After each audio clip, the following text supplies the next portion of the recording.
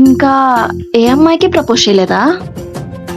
నాకు ఊహ తెలిసినంత వరకు ఇదే నా first love. I love you. Love you two.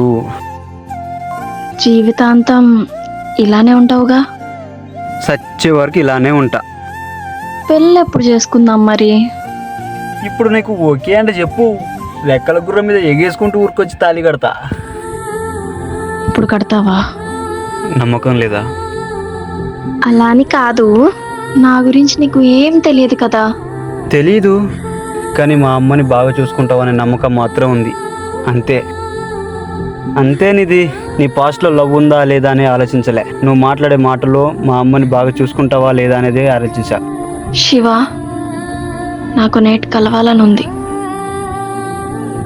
నాకు ఇప్పుడే కలవాలని ఉంది. ఇప్పుడు టైం 4 అవుతుంది.